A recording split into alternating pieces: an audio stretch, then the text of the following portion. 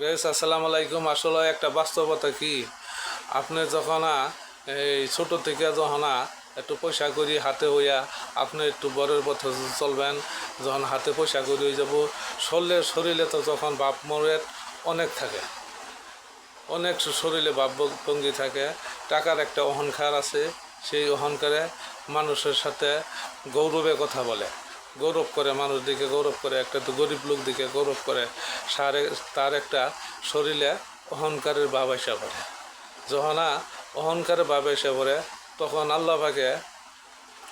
আল্লাহ পাকে কী করে, আল্লাহ পাকে ওই ওরে এক দিক না আরেক দিক দিয়ে, যে দিক দিয়েই হোক ওরে ধ্বংসর পথে আল্লাহ পাকেই ফালাইয়া দেয়।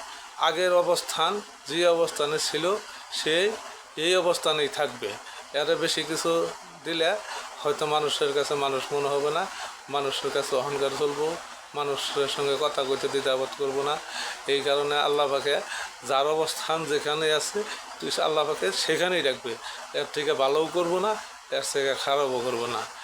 তা আপনারা সবাই যে যেখান থেকে ভিডিওটা দেখতেছেন, যার সামনে ভিডিওটা যাব, কথাটি আসলে মন দিয়ে শুনবেন। কথাটি যদি আমার অযুক্তি অমঙ্গল তাহলে আমার কমেন্ট করে জানাই দিয়েন।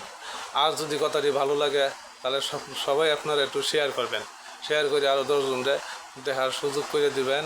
ভালো থাকবেন, সুস্থ থাকবেন, শরীরের প্রতি যত্ন নিন। আশা করি সবাই ভালো থাকবেন। গুড নাইট, বিদায় নিলাম।